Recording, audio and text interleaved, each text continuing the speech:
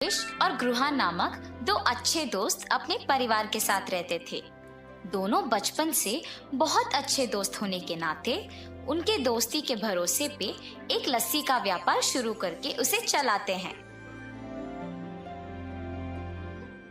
हर रोज वीरेश और गृहन दोनों साथ में उनके लस्सी के दुकान को जाते थे और आते ही दुकान को साफ करके भगवान की पूजा करके लस्सी बनाना शुरू कर देते थे। इनके लस्सी के तैयारी के लिए हर रोज शाम को लीलावती नामक एक बूढ़ी औरत इन्हें दही देने दुकान आया करती थी। और बेटा, व्यापार कैसे चल रहा है? बहुत अच्छा चल रहा है दादी। आपकी इतनी उम्र आने के बाद भी इतना काम करने की क्या जरूरत है दादी? मेरी तो सिर्फ उम्र बढ़ रही है बेटा, शरीर का ताकत तो अब भी जवान है। ऐसे ही दही देने आके उनके साथ थोड़ा बातचीत करके हंस के चली जाती थी। गृहन और वीरेश को भी उनके बारे में अच्छे विचार थे। एक दिन जब लीलावती हर रोज की तरह दुकान को दही देने आई तो उसने देखा कि वहाँ वीरेश नहीं था। समय देख के,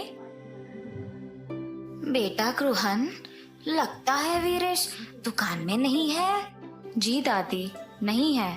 क्यों, क्या बात है? इस वीरेश के साथ काम करके क्या ही कमा लोगे तुम। मैं जब भी देखती हूँ सिर्फ तुम सारे काम करते हो और वो वीरेश तो सिर्फ तुम्हें लस्सी के मटके देते रहता है। ज्यादा काम करने वाले को ही ज्यादा लाभ मिलना चाहिए। ये बात मैं तुम्हें बहुत दिनों से बताने की सोच रही थी। नहीं दादी, आपको जरूर कुछ गलतफहमी हो गई है। मुझे तो वीरेश ने ही लस्सी बनाना सिखाया। उसके काम ना करने का सवाल ही नहीं उठता। आप दुकान आते तो हैं, पर 10 मिनट से ज्यादा कभी नहीं रहती है। इसीलिए आप वीरेश के वास्तविकता से अनजान हैं। ठीक है, तुम्हारी मर्जी बेटा। मुझे जो कहना था मैंने कह दिया। चलो अब मैं निकलती हूँ। और जाते वक्त मन ही मन पछताती है कि उसे ये सब गृहन से कहना ही नहीं था। अगले दिन जब दही देने वापस उनके दुकान जाती है तो गृहन के ना होने का मौका देख वीरेश को भी वही बताती है जो पिछले दिन गृहन को बताया था।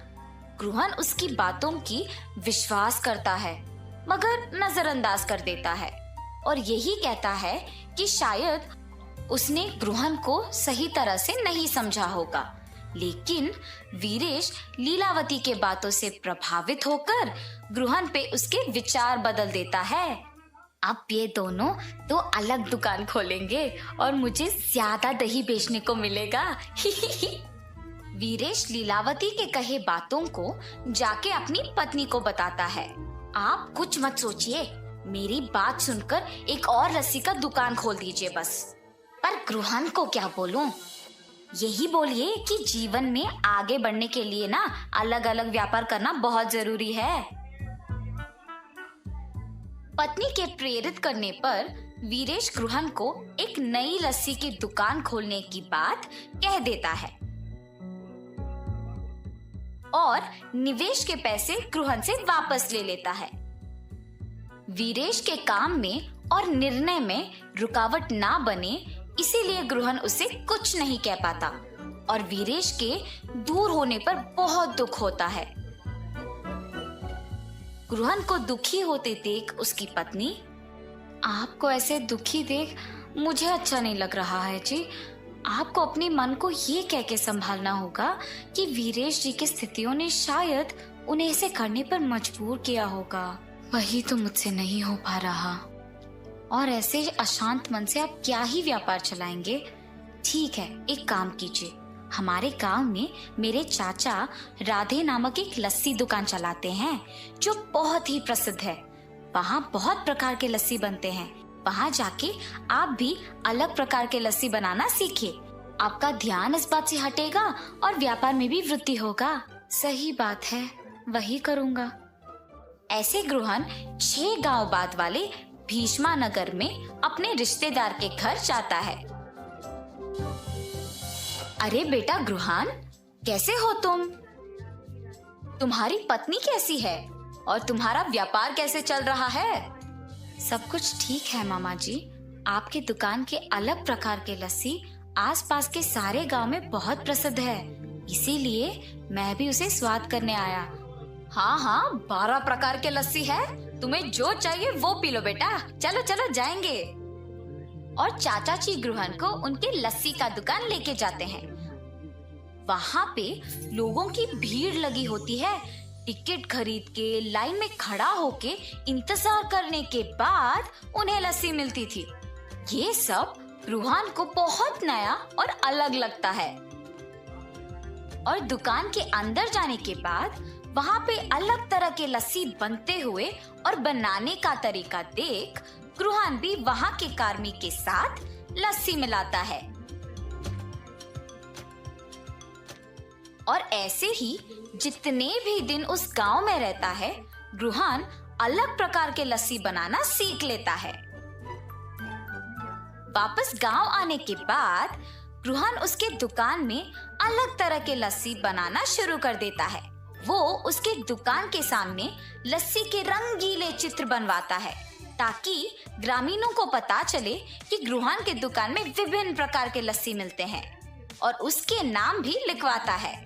वहाँ से गुजरते हुए ग्रामीण उसे देख आश्चर्यचकित होके उसे पढ़ते हैं। इंडियन लस्सी, पंजाबी लस्सी, आम की लस्सी, नमकीला लस्सी, मीठा लस्सी, मलाई लस्सी, केले का लस्सी, मसाला लस्सी, केसर की लस्सी, चॉकलेट लस्सी, गुलाब लस्सी। ऐसे नए नाम और रंगीले चित्र देख गांव वाले भी उन नए तरह के लस्सियों को स्वाद करने आते हैं। ग्रुहान, कुछ विशेष बात है? इतने प्रकार के लस्सी, जरा मसाला लस्सी देना। और ऐसे मसाला लस्सी पी लेता है। अरे वाह, बहुत ही स्वादिष्ट है ग्रुहान, जरा एक और देना। ऐसे बहुत लोग ग्रुहान के दुकान पे उपलब्ध उन लस्सियों के प्रशंसक बन जाते हैं और ग्रुहान को अच्छा आमदनी भी मिलता है। गांव में लस्सी वाला तो सिर्फ ग्रुहान को ही मानते थे, मगर दूसरी तरफ वीरेश के द्वारा निर्मित लस्सी का दुकान ग्रुहान के अलग तरह के लस्सियों की तुलना में फीकी पड़ गई थी और उसे कोई आमदनी नहीं मिल रहा था। और ऐसे वीरेश को अपने गलती का एहसास होता है और वो वापस ग्रुहान को जाके पूछता है, क्या हम वापस साथ में व्यापार कर सकते हैं? और ग्रुहान बिना कुछ सोचे पूछे खुशी खुशी हाँ कर देता है। उसी समय लीलावती वहाँ दही देने आती है। ये क्या है ग्रुहान, तुम्हारे दुकान में वीरेश है? जिस व्यापार के लिए तुम्हें छोड़ दिया था, इसे तो वहाँ होना चाहिए ना। ये दुकान सिर्फ मेरा नहीं बल्कि वीरेश का भी है। तुम्हारे बातों से प्रभावित होके मैंने अपने बचपन के दोस्त को दुख पहुंचाया। अगर अगली बार मुझे पता लगा कि तुम ऐसे काम कर रही हो तो तुम्हारी उम्र की भी इज्जत नहीं करूंगा। वीरेश के बातें सुन के लीलावती डर के मारे वहां से चली जाती है और ग्रुहान वीरेश की बातों पे हंसता है। ऐसे वो बिछड़े हुए दोस्त वापस मिल जाते हैं और खुशी से अपना व्यापार चलाते हैं। इस कहानी का नैतिक क्या है बच्चों? दोस्ती में ये जरूरी नहीं होता है कि कितने साल से एक दूसरे को जानते हैं, मगर ये जरूरी होता है कि कितनी गहराई से एक दूसरे को पहचानते हैं और भरोसा करते हैं।